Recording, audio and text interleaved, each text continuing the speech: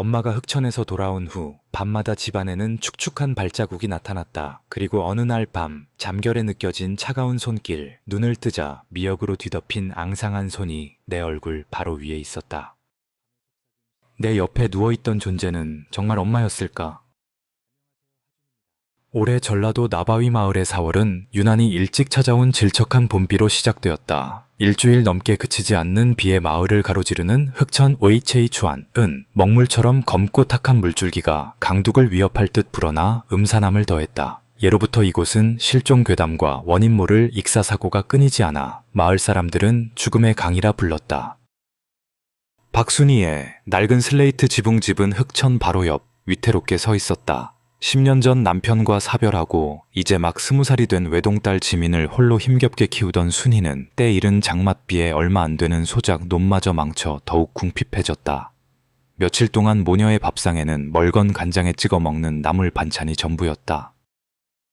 걱정과 수면 부족으로 하루가 다르게 야위어가는 엄마를 보며 지민은 속이 타들어갔다. 서울로 가서 일자리를 구하고 삶을 바꿔보려는 꿈도 꿨었지만 늙고 약해진 엄마와 금방이라도 쓰러질 듯한 집을 보면 차마 발길이 떨어지지 않았다. 그날 오후에도 비는 그치지 않았다. 흑천을 멍하니 바라보던 순이가 문득 쉬어잠긴 목소리로 입을 열었다. 지민아, 아무래도 엄마가 밤에 미꾸라지 잡으러 나가야겠다. 지민은 깜짝 놀라 돌아보았다. 엄마 무슨 말이에요? 흑천은 위험해요. 특히 밤에는요. 물도 이렇게 불어났는데. 미꾸라지는 깊은 진흙 속에 파고들어 살다가 밤에만 먹이를 찾아 나오는 민물고기였다. 미꾸라지 잡이는 고되고 진흙탕 물에 들어가 어둠 속에서 더듬어야 했지만 잡어보다는 값을 더 쳐주었다. 순이는 길게 한숨을 쉬었다. 그녀의 고단한 숨소리가 처마 끝에 떨어지는 빗소리와 뒤섞였다. 나가지 않으면 뭘 먹고 살겠니? 쌀독이 거의 비었잖니. 며칠째 나물만 먹는데 엄마는 괜찮지만 너는 한창 클 나이인데.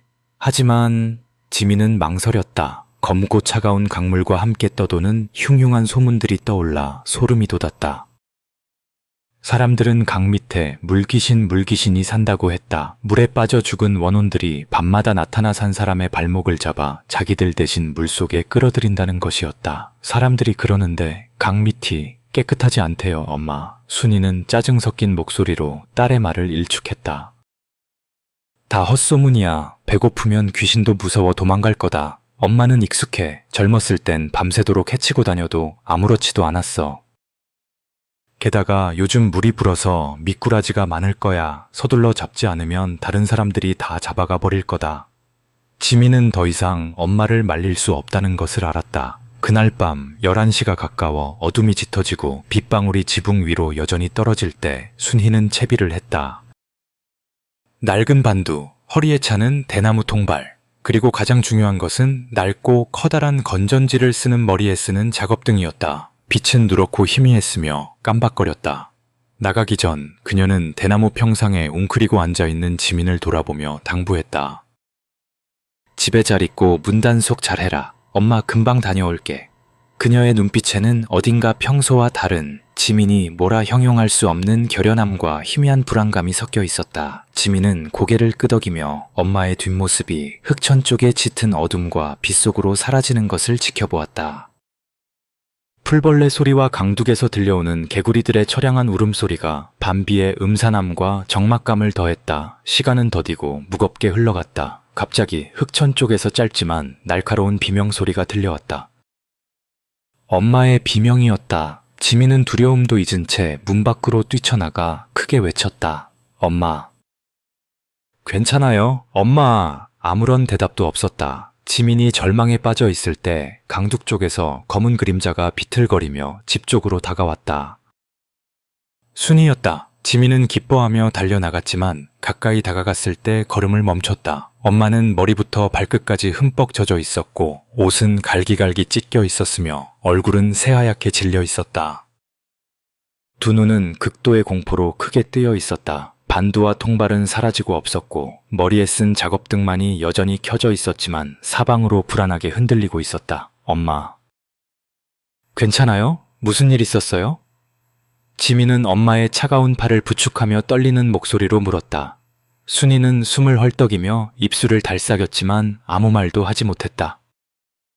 그녀는 다만 다른 쪽 손으로 흑천 쪽을 가리켰고 눈빛에는 여전히 극심한 공포가 남아있었다. 지민은 엄마가 가리키는 방향을 보았지만 하얗게 쏟아지는 빗줄기와 칠흑 같은 어둠 외에는 아무것도 보이지 않았다. 다만 축축하고 비릿한 바람이 불어와 등골을 오싹하게 만들었고 물결치는 강 표면에서 알아들을 수 없는 속삭임 같은 소리가 들려오는 듯했다. 들어가자, 빨리. 순이는 더듬거리며 지민의 손을 잡아 끌고 집 안으로 들어갔다. 그녀는 문을 쾅 닫고 빗장을 단단히 걸어 잠근 뒤 차가운 흙바닥에 주저앉아 여전히 몸을 떨었다. 엄마, 무슨 일 있었어요? 넘어지셨어요? 아니면 혹시...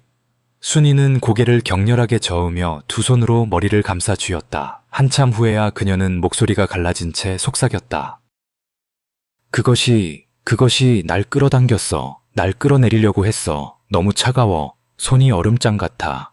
그것이 누구인데요, 엄마? 순이는 대답하지 않고 너무 차가워 라는 말만 되풀이하다가 갑자기 지민의 팔에 쓰러져 정신을 잃었다.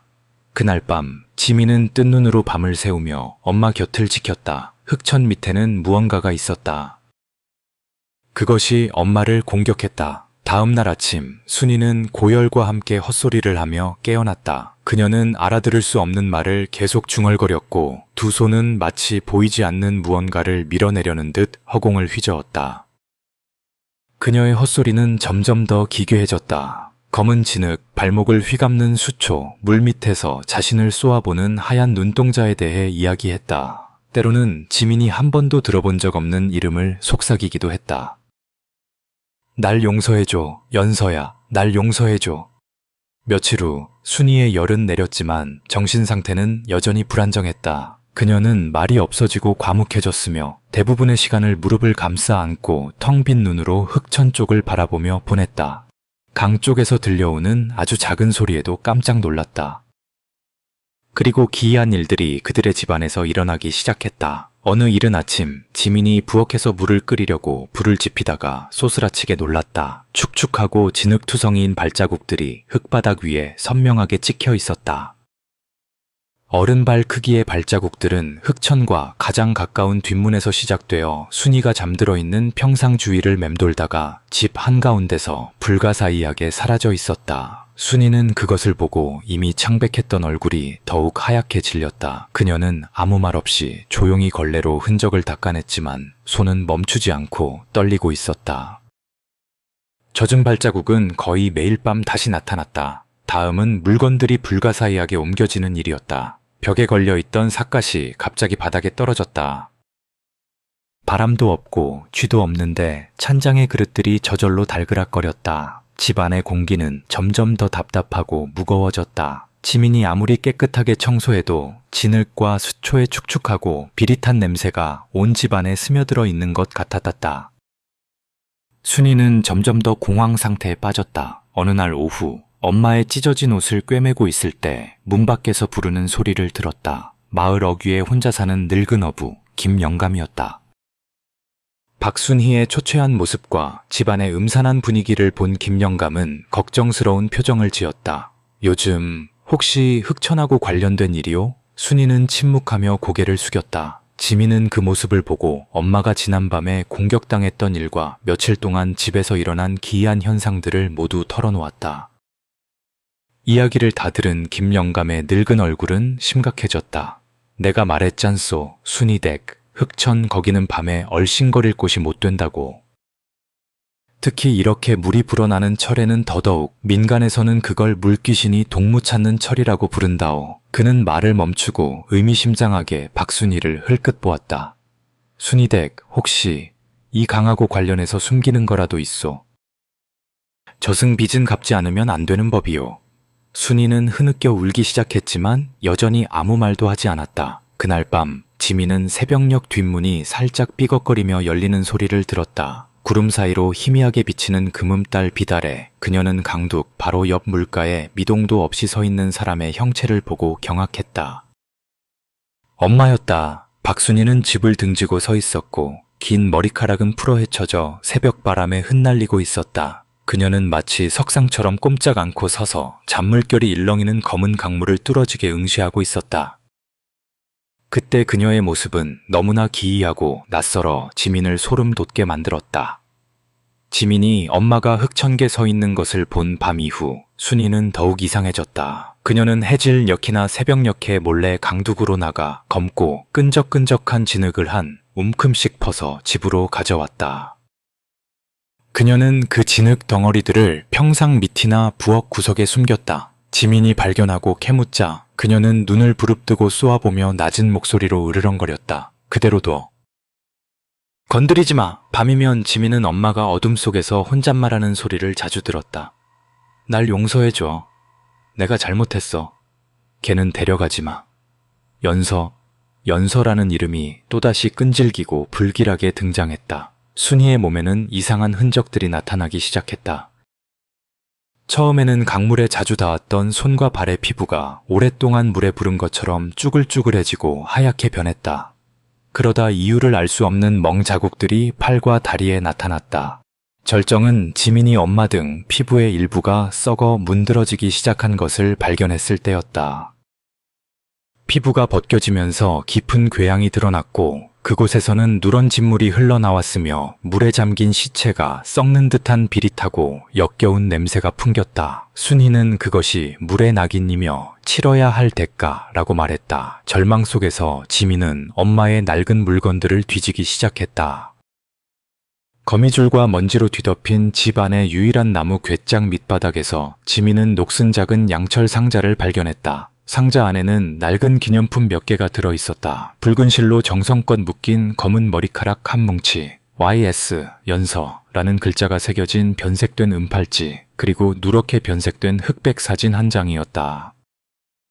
사진에는 흑천계 서 있는 젊은 두 여인이 찍혀 있었다. 한 명은 처녀 시절의 박순이였고 다른 한 명은 박순이와 상당히 닮았지만 눈매가 더 날카롭고 어딘가 우울해 보였다. 바로 그때 박순이가 밖에서 들어왔다. 지민이 양철 상자와 사진을 들고 있는 것을 본 그녀의 얼굴색이 변했다. 누가 내 멋대로 내 물건 뒤지랬어? 저는 그냥 연서 아줌마가 누군지 알고 싶었어요. 혹시 그분이 흑천에서 돌아가신 건가요? 지민의 질문은 박순이의 마음속 깊은 상처를 건드린 듯했다. 박순이는 갑자기 웃음을 터뜨렸다. 낡은 집안에 광기 어리고 섬뜩한 웃음소리가 울려 퍼졌다. 그녀는 지민에게 다가가 어깨를 움켜쥐었다.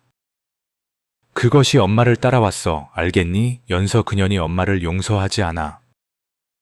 전부 되찾으려고 해. 엄마랑 너 둘 다 저 밑으로 끌고 가려고 한다고. 박순이의 눈은 해질녘 흑천의 물빛처럼 흐릿하고 탁한 녹색 빛을 띠었다. 지민은 김영감을 찾아가기로 결심했다.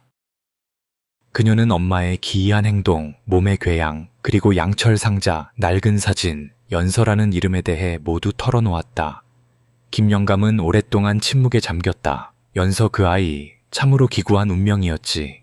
영감님, 연서 아줌마를 아세요? 김영감은 천천히 고개를 끄덕였다. 알다마다 연서와 자네 어머니는 옛날의 동서지간이었네. 지민은 망연자실했다. 김영감은 담배에 불을 붙이고 흑천 쪽으로 아련한 시선을 던졌다. 자네가 태어나기도 전이었을 게야. 자네 아버지와 작은아버지가 연선의 자매와 혼인했었지. 그때 자네 어머니와 연선은 아주 친했네.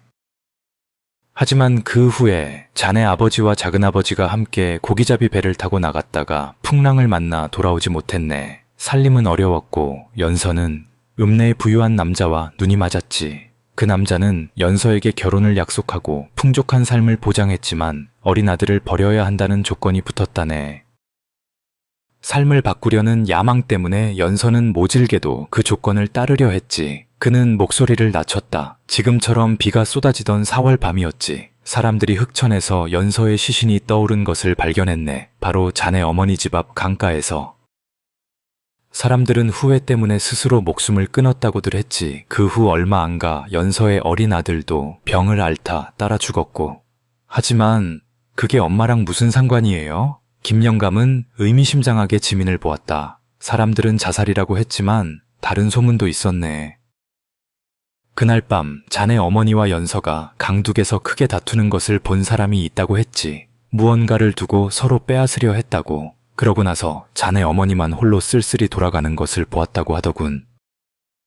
다음 날 아침에 연서의 시신이 발견되었고 김영감은 엄숙한 눈빛으로 지민을 보았다. 해마다 4월이 되면 자네 어머니가 병을 앓고 이상한 행동을 보였네. 사람들은 연서가 억울하게 죽어 원혼이 흑천의 물귀신이 되었고 밤마다 나타나 자기를 해친 자들에게 복수하려 한다고 말했지. 그 물귀신은 자네 어머니의 목숨만 노리는 게 아닐세. 자신의 대가 끊어진 것에 대한 복수로 자네까지 함께 끌고 가려 할 것이야. 그날 밤 큰 폭풍우가 몰아쳤다. 강풍이 몰아쳐 흑천의 수위가 급격히 불어나 집 마당까지 넘실거렸다. 혼란스럽고 무서운 상황 속에서 박순이가 갑자기 벌떡 일어섰다. 그녀의 눈은 핏발이 선 채 크게 뜨여 있었다. 그녀는 아무 말 없이 뒷문으로 뛰쳐나갔고 지민은 절망적으로 엄마의 이름을 부르짖으며 따라갔다. 번갯불 아래 지민은 엄마를 보았다. 박순이는 물가에 서서 마치 무언가를 기다리는 듯 두 팔을 벌리고 있었다. 검은 강물 밑에서 검은 형체가 천천히 떠올랐다. 축축하게 젖어 오랫동안 물에 잠겨 하얗게 불고 뒤틀린 얼굴에 달라붙은 긴 머리카락, 그 눈은 하얗고 텅 비어 박순이를 뚫어지게 응시하고 있었다. 수초로 뒤덮인 파리하고 앙상한 팔 하나가 물 위로 솟아올라 박순이의 손을 잡았다. 엄마, 안 돼요! 지민은 절망적으로 소리치며 엄마를 향해 달려갔다. 하지만 너무 늦었다. 박순이는 홀린 듯 천천히 그 검은 형체를 따라 강물 속으로 걸어 들어갔다. 사나운 급류가 순식간에 그녀를 삼켜버렸다. 지민은 마지막으로 자신을 돌아보는 엄마의 눈빛을 보았을 뿐이었다. 공포와 후회, 그리고 체념이 뒤섞인 눈빛이었다. 폭풍우 치던 밤 엄마의 갑작스럽고 처참한 실종은 지민을 완전히 무너뜨렸다. 그녀는 텅 비고 싸늘한 집안에 웅크리고 앉아 있었다. 오직 김영감만이 가끔 들러 지민에게 약간의 음식을 가져다 주고 말없이 잠시 곁에 앉아 있다가 이곳을 가능한 한 빨리 떠나라고 조언할 뿐이었다. 하지만 엄마가 정말로 죽었는지 확인하기 전에는 이대로 떠날 수 없다는 점이었다. 그리고 섬뜩한 현상들이 다시 시작되었다. 이번에는 이전보다 훨씬 더 격렬하고 직접적이었다. 밤이면 지민은 흑천 쪽에서 들려오는 흐느끼는 소리를 자주 들었다. 때로는 엄마가 자신의 이름을 부르는 소리도 들렸다. 지민아, 구해줘, 추워. 희미한 하얀 그림자가 창문을 스쳐 지나가고 낡고 오래된 거울 속에는 일그러지고 창백한 얼굴들이 어른거렸다. 한 번은 지민이 잠들어 있을 때 누군가가 머리카락을 쓰다듬는 것을 느꼈다. 그녀가 눈을 뜨자 미역으로 뒤덮인 파리하고 앙상한 손이 얼굴 바로 위에 떠 있는 것을 보고 경악했다. 집은 더 이상 안전한 피난처가 아니었다. 극심한 절망 속에서 지민은 다시 김영감을 찾아갔다. 시작된 괴로구나. 그는 걱정스러운 목소리로 말했다. 그 물귀신이 자네 엄마를 그냥 두지 않았으니 자네도 그냥 두지 않을 것이야. 방법은 하나뿐일세. 그것과 맞서야 하네. 흑천 밑으로 가서 연서가 옛날에 죽은 곳을 찾아내야 해. 그 원혼을 달래주거나 저주를 풀어야지. 내가 함께 가겠네. 그날 밤 달빛은 병약하고 섬뜩한 노란색을 띠었다. 김영감은 작은 쪽배와 등유 등잔, 약간의 향과등, 지전, 그리고 허리춤에 날카로운 식칼 한 자루를 준비했다.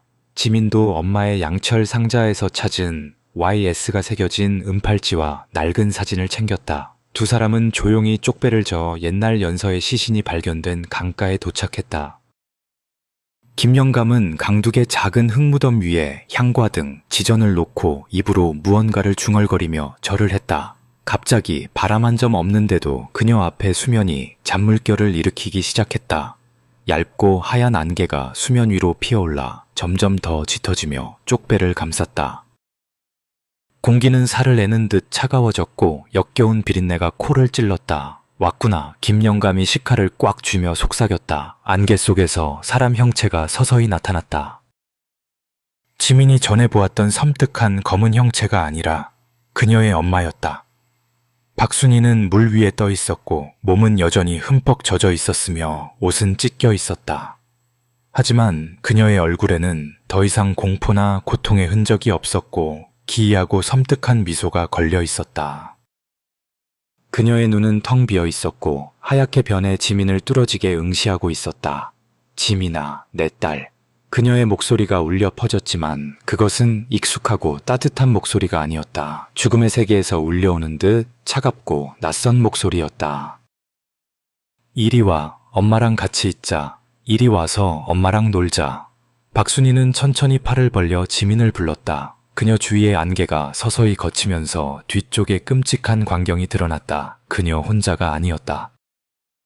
그녀의 다리를 휘감고 몸에 달라붙은 것은 수많은 앙상하고 파리한 팔들이었고 물에 불어 뒤틀린 죽은 자들의 얼굴들이 물 위로 고개를 내밀고 있었다. 그리고 그 원혼들 한가운데 지민은 익숙한 얼굴을 보았다. 낡은 사진 속의 여인 연서였다. 그녀는 원한과 만족감이 뒤섞인 미소를 지으며 지민을 바라보고 있었다. 지민은 끔찍한 진실을 깨달았다. 엄마는 정말로 변해버렸고 강 밑바닥의 물귀신들과 하나가 되어 저주의 일부, 자신의 딸을 죽음으로 유인하는 물귀신이 되어버린 것이었다. 듣지 마라. 저건 네 엄마가 아니야. 김영감이 소리치며 지민을 뒤로 끌어당겼다. 지민아, 정신 차려. 김영감의 외침이 귓가를 때리며 지민을 치명적인 유혹에서 깨어나게 했다. 노인은 남은 힘을 다해 지민을 뒤로 세게 잡아당기는 동시에 박순이의 형상을 한 존재가 떠있는 허공을 향해 식칼을 마구 휘둘렀다. 날카로운 칼날이 허공을 갈랐지만 마치 살을 베는 듯한 쉭 하는 섬뜩한 소리가 났다. 그 존재는 귀를 찢을 듯 날카롭고 원한에 찬 비명을 질렀고 박순이의 형상은 안개 속으로 사라졌지만 연서의 광기 어리고 원한서린 웃음소리는 여전히 남아 그들의 뇌리에 깊이 파고들었다. 흑천의 수면은 이전보다 더욱 격렬하게 끓어올랐다. 진흙과 수초로 뒤덮인 수많은 앙상한 팔들이 물 위로 솟아올라 작은 쪽배를 향해 뻗어오며 두 사람을 차가운 물 밑으로 끌어내리려 했다. 어서 저어. 무트로 빨리 가세. 김영감이 소리쳤다. 절망적인 순간 지민은 주머니 속의 은팔찌와 낡은 사진을 떠올렸다. 그녀는 은팔찌를 높이 들고 외쳤다. 연서 아줌마, 엄마를 원망하시는 거 알아요. 하지만 엄마는 이미 값을 치렀어요.